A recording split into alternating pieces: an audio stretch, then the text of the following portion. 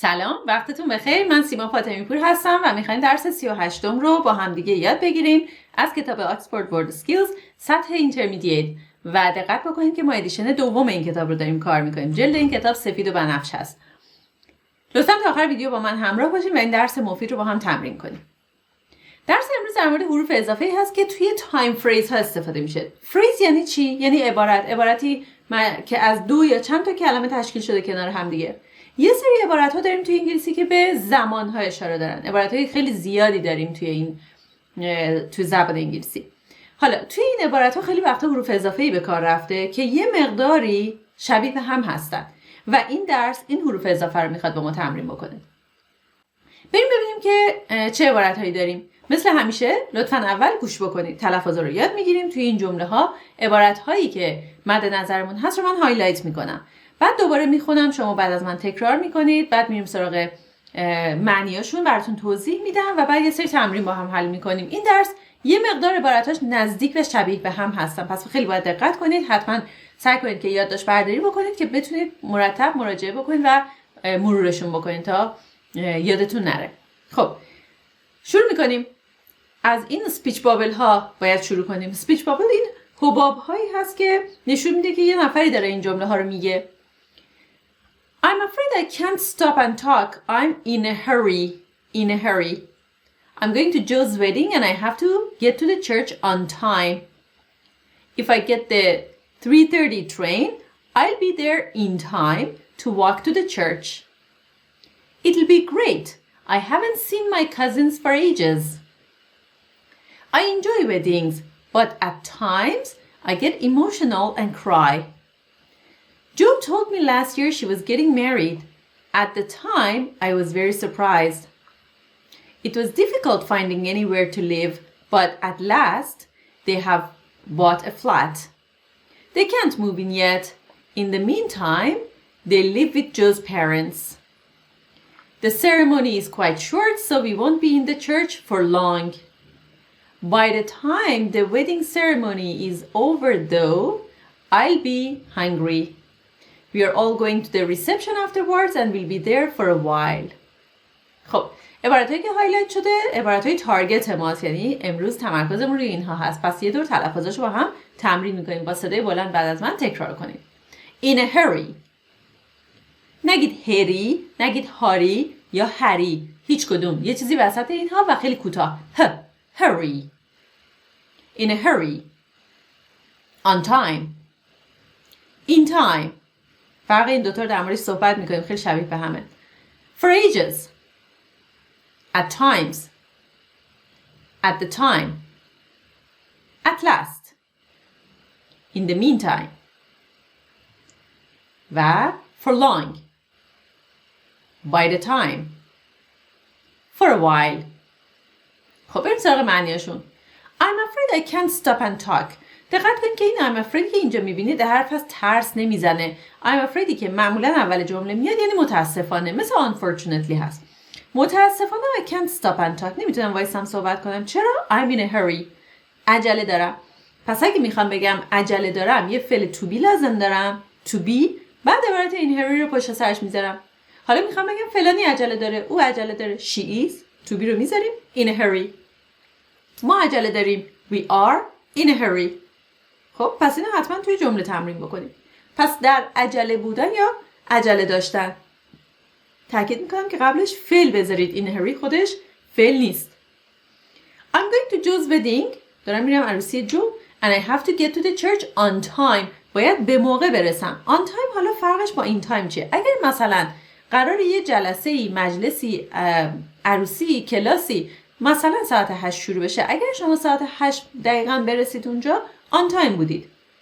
یعنی دیگه قبلش وقتی برای کار دیگه نیست، تا برسید کلاس شروع میشه، تا برسید جلسه شروع میشه. اما اگر این تایم برسید یعنی مثلا 20 دقیقه به 8 رسیدید، وقت داشتید که یه کاری قبلش انجام بدید، وقت داشتید که مثلا یه قهوه بخورید، وقت داشتید که یکمی با دوستتون گپ بزنید. پس این تایم یعنی یه مقدار زودتر از اون زمان مورد نظر. آن تایم یعنی دقیقاً همون زمان مورد نظر. پس میگه که من باید حتما آن تایم باشم، یعنی دیر نرسم. خب اما اگر قطار ساعت 3:30 سوار بشم, if I get the 3:30 train, I'll be there in time. به موقع میرسم.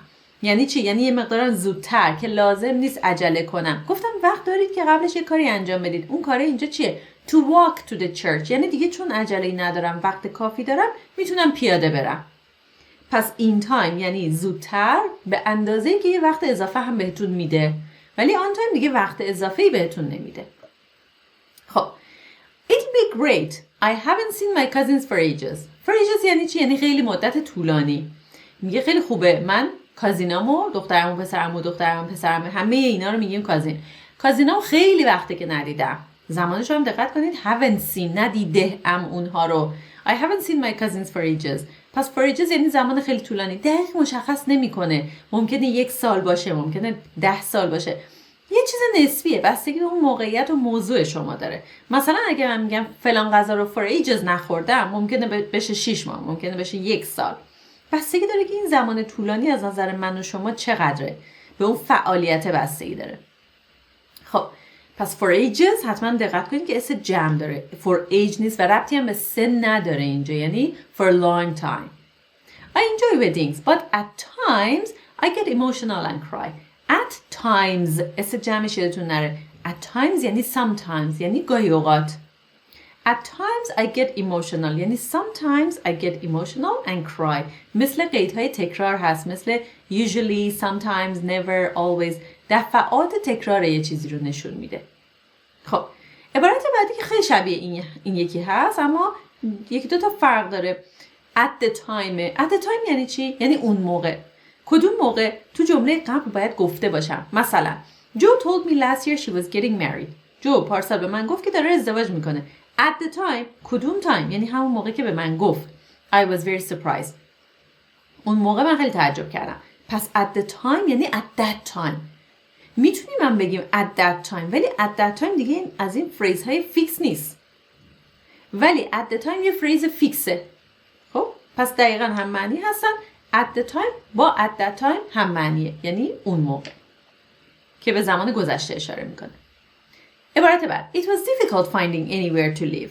سخت بود پیدا کردن یه جایی که بخوایم زندگی کنیم. But at last they bought a flat. خب at last یعنی چی و با finally چه فرقی داره؟ اینه یعنی در پایان، بالاخره، سرانجام. اما فرقش اینه که یه مفهوم تلاش زیاد و سختی و چالش توش هست. وقتی میگم بالاخره تونستیم یه آپارتمان پیدا کنیم یعنی خیلی سخت بود، یعنی خیلی گشتیم، یعنی خیلی طول کشید.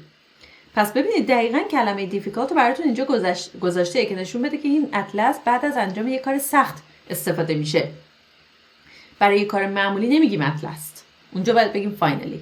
مثلا شما پروسه تولید یک محصولی رو توی کارخونه دارید میگید، اول اینطوری میشه، سپس اینطوری میشه، در پایان اینطوری میشه. اونجا دیگه سختی در کار نیست، یه پروسه آسون تکرار شونده است. پس اونجا فاینلی.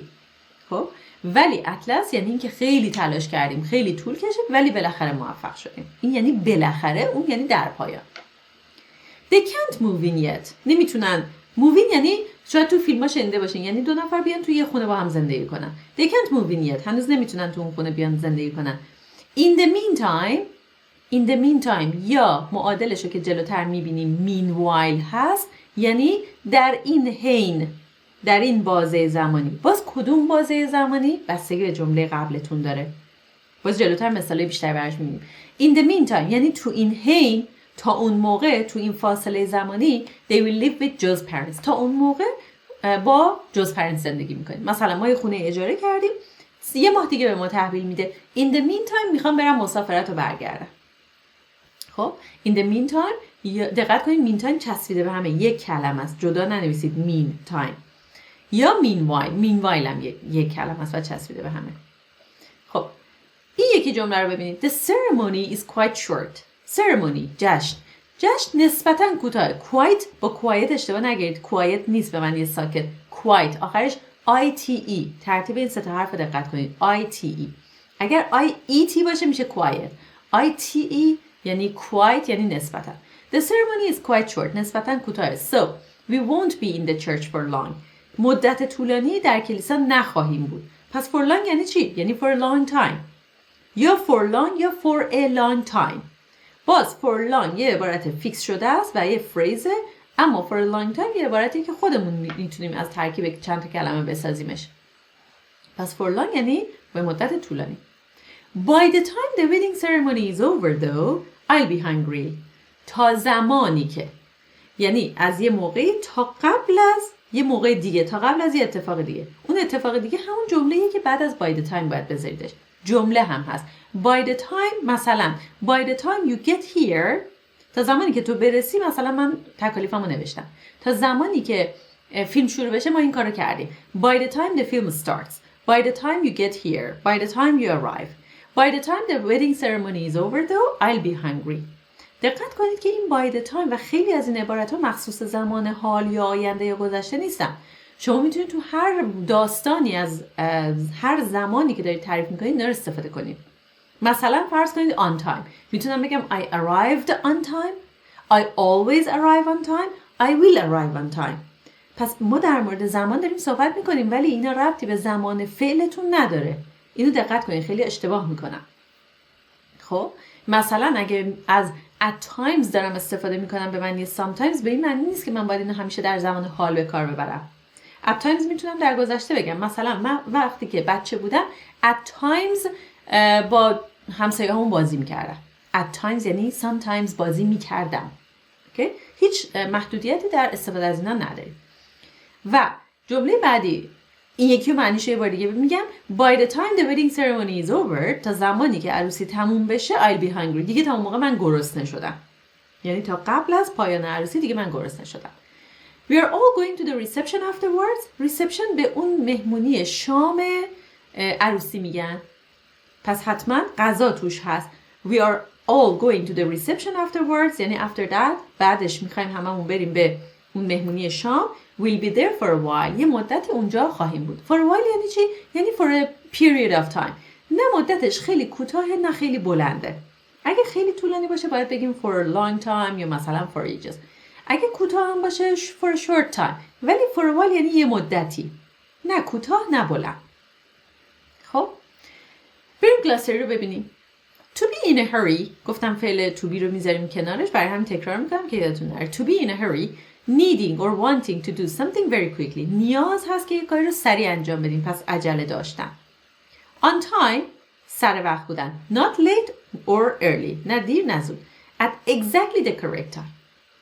اما in time for something یا in time to do something یعنی not late، یعنی زودتر از اون زمان، به اندازه کافی زود. For long، برای یه مدت طولانی. Used in questions and negative sentences، بیشتر وقتا تو جمله های منفی و سوالی میاد. مثلا با دوستتون قرار دارین و خیلی وقته که منتظرین، اون دیر میرسه. وقتی میرسه میگه Have you been here for long؟ یعنی خیلی وقته که اینجایی. پس معمولا توی سوال استفاده میشه. بعد شما میگید I haven't been here for long، خیلی وقت نیست که اینجا هستم. By the time یعنی تا زمانی که. Used for saying what has already happened when something else happens. پس وقتی استفاده میشه که دو تا اتفاق یکی بعد از اون یکی قرار بیفته. وقتی میگم by the time اون اتفاق دومیه بیفته، اولیه افتاده، به خاطر همین از already استفاده کرده.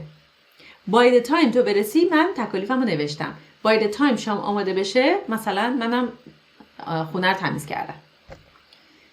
For a while، برای یه مدتی. A period of time، not usually a long time، خیلی مدت طولانی نیست. For a while. For ages اما یه مدت خیلی طولانیه. For a very long time. At times به معنی گهگاهی. Sometimes. مثلا my job is difficult at times. At the time. At کدوم time؟ At that time. در همون زمان. Referring to past time. Then. پس then سینونیم at the time. و in the meantime یعنی همزمان، در همین حین، که سینونیمش هم meanwhile، گفتیم که یک کلمه چسبیده به همه.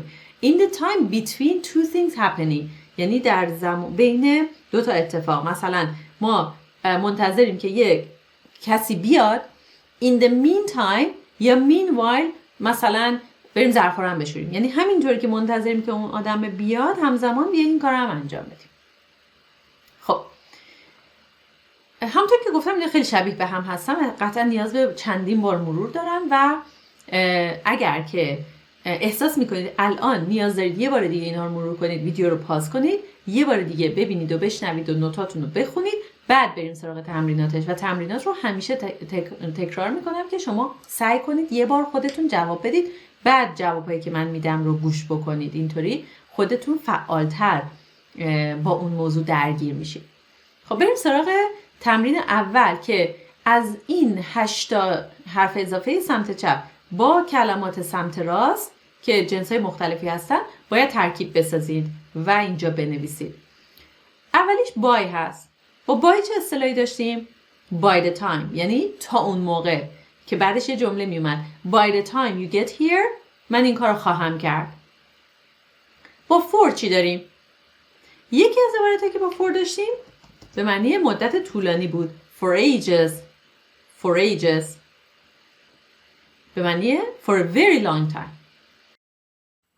خب با این چه عبارتی رو داشتیم؟ به معنی زود، به موقع. in time که گفتیم شبیه on time هست. in time یعنی به موقع و یه مقدار حتی زودتر از اون time. بعدی for هست. for a. یکم فکر کنید از این 8 عبارت یکی رو پیدا بکنید. for a while. دقت کنید for ages a نداره اما for a while a داره. for a while. بعدی in the. اینا معمولا این ا و د و آرتیکلاشو باید خیلی توجه بکنید. in the meantime که سینونیم meanwhile هست، یعنی همزمان، در همین حین. in the meantime. بعدی at times یعنی sometimes. at times or sometimes. عبارت بعدی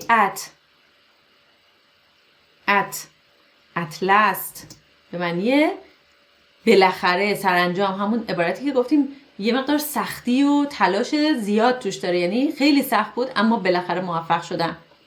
و عبارت آخر اینه in a hurry. خب برای اینکه یه مقدار اینا رو آسون‌تر بکنیم من یه کمی دسته‌بندی شده تر اینها رو یه بار دیگه براتون تکرار میکنم. مثلا ببینید 3 تا از اینا هستن که با این شروع میشن. in time، in the meantime و in a hurry. خب in a hurry که معمولا قاطی نمیشه با چیز دیگه، اینو بذاریم کنار. یه in time داریم، یه in the meantime. in time یعنی زود، in the meantime یعنی همزمان. خب حالا فرق in time و on time. in time یعنی زودتر از اون تایم مورد نظر، on time دقیقاً سر تایم مورد نظر. 2 تا از اینا رو داریم که با for شروع میشن. for ages و for a while. for a while یه مدت زمانیه، نه خیلی طولانی. for ages خیلی مدت طولانی تر. okay؟ و 2 تا هم داریم با at شروع میشن. at times یعنی گهگاهی، مثل sometimes، و at last یعنی بالاخره. خب اگر شما هم اینطوری یاد بگیرید یه مقدار آسان‌تر میشه براتون، کمتر قاطی میشه. بریم سراغ تمرین دوم. باید جمله ها رو کامل بکنید. The students are usually here on time. معمولا به موقع میرسن، یعنی درست رأس ساعت مورد نظر. Number 1, I ran back to the shop but by the I got there it was closed. تا زمانی که من رسیدم اونجا بسته شده بود. خب by the time که گفتیم بعدش یه جمله معمولا میاد و یه اتفاق قبل از اون یکی اتفاق افتاده. By the time I get there یا گذشته by the time I got there it was closed. تا زمانی که من رسیدم دیگه بسته شده بود. Number 2, Seb's not here but he won't be out for. اینجا نیست ولی خیلی هم طولانی قرار نیست بیرون باشه. چرا قرار نیست خیلی طولانی باشه؟ به خاطر اینکه نزدیک وقت شامه. For long. پس for long یعنی مدت طولانی، ولی for ages یعنی مدت خیلی طولانی، و for a while هم داشتیم یعنی نه چندان طولانی. پس اینا رو کنار هم یاد بگیریم. for a while یه مدتی، for long مدت طولانی، for ages خیلی طولانی. خب جمله سوم. Lee went to the beach so he'll be gone for a while. یه مدتی اینجا نخواهد بود. He will be gone یعنی اینجا نخواهد بود، دور از اینجا خواهد بود، یه جای دیگه خواهد بود. He'll be gone for a while. حالا تا اون موقع، تا زمانی که اون میاد، در این حین let's chat. بیا ما با هم صحبت بکنیم. In the meantime. دقت کنید اولا in the meanwhile نگید، in the meantime یا meanwhile، و دوما اینا باید کلماتشون به هم بچسبه. meantime یا meanwhile چسبیده به همه. Number 4, I was standing in the rain for half an hour and then نیم ساعت تو بارون وایساده بودم، منتظر کسی بودم، بالاخره اومدن. At last they got here. این مدت طولانی که سخت گذشته با at last نشون میدیم. Number 5, Martin was in a so he couldn't stop for lunch. عجله داشت، نمیتونست وایسته برای نهار. He was in a hurry. دقت کنید اون in a رو یادتون نره. Number 6, do you know I haven't seen my next door neighbor. خیلی وقت مدت طولانیه که همسایه بغلیمو ندیدم. For ages. Next door neighbor یعنی همسایه خونه بغلی.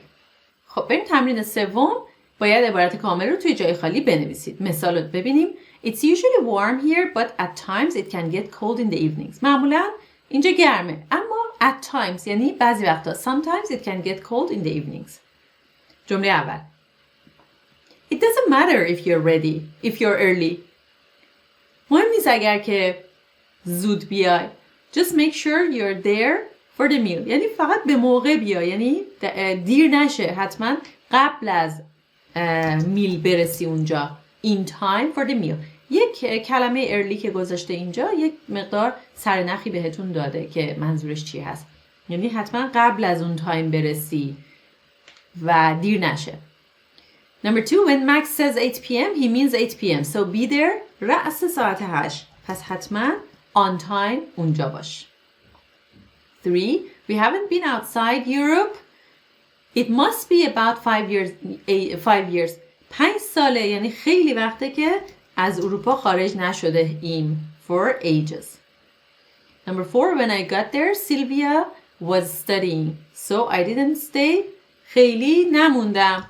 پس چون که سیلویا داشت درس میخوند و دقت کنید که for long رو گفتیم خیلی وقتا برای جمله‌های منفی و سوالی استفاده میشه. این جمله هم منفیه، میگه زیاد نموندم اونجا. Number 5, I don't remember much about the cottage. خیلی در مورد اون کلبه چیزی یادم نمیاد. I was just a small child. اون موقع at the time I was just a small child که گفتیم هم معنیه با at that time یعنی اون موقع من بچه کوچیک بودم. 6, we spent months looking for somewhere to live. ماها دنبال یه جایی گشتیم که بتونیم توی زندگی کنیم. Then بالاخره we found just the right place. خب این چون خیلی گشته بوده این سختی و طولانی بودن رو داره نشون میده. پس یه چیزی مثل finally میخوایم اما شدیدتر. At last بالاخره we found just the right place. Close to the center but in a quiet road. نزدیک به مرکز اما یک خیابون آروم. Number 7, when I first lived in Edinburgh, I stayed with my aunt. خب وقتی که اولین بار توی ادینبرا زندگی کردم با عمه یا خالم یه مدتی اقامت داشتم، پیش اونا اقامت داشتم. خب حالا چه مدت؟ بعد توضیح داده just a couple of weeks. پس یه مدتی نه چندان طولانی. منظورش اینه که یه مدتی که نه خیلی طولانی بوده. For a while. Just a couple of weeks. And number 8, I'd like to play tennis, but I finished this work. It'll be too late. But تا زمانی که من این کار رو تموم کنم دیگه خیلی دیر شده. پس این by the time رو لازم داریم اینجا. By the time I finish this work. که بعدش هم جمله میاد. And number 9, my parents said they would be back in a couple of hours. گفتن که تا چند ساعت دیگه برمیگردن. So تا اون موقع در این حین we could watch a video. So in the meantime یا meanwhile. In the meantime یا meanwhile we could watch a video. خب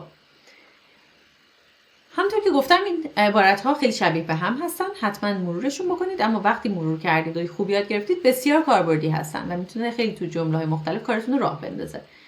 امیدوارم که از این ویدیو استفاده کرده باشید. اگر براتون مفید بوده ممنون میشم که لایک بکنید. اگر هم عضو کانال نیستید سابسکرایب بکنید. تا درس بعد خدا نگهدار.